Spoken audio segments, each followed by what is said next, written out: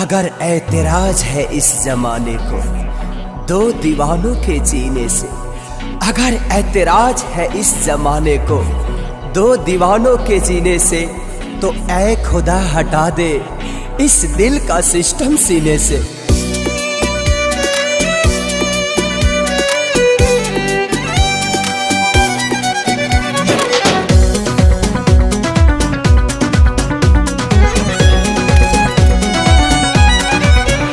दुश्मन दुश्मन बनल जमाना, कैसे जिगी दीवाना। दुश्मन बनल जमाना, कैसे जिगी दीवाना।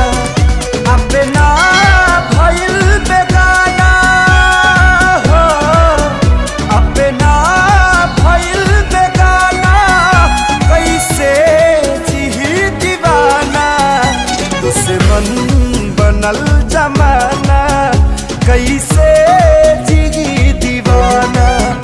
दुश्मन बनल जमाना, कैसे जिगी दीवाना।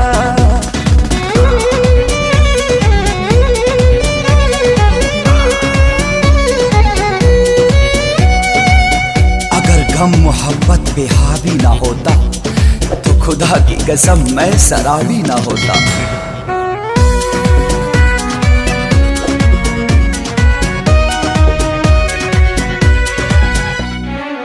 केहू न बेवफा झूठों सब बदनाम करे, समय के चोट पर मरहम ना कोनो काम करे। न हम कैनी बेवफाई, न वो कैली बेवफाई, फिर भी हो खेला काहे हमनी में जुदाई। सभी लुटी गईल खजाना,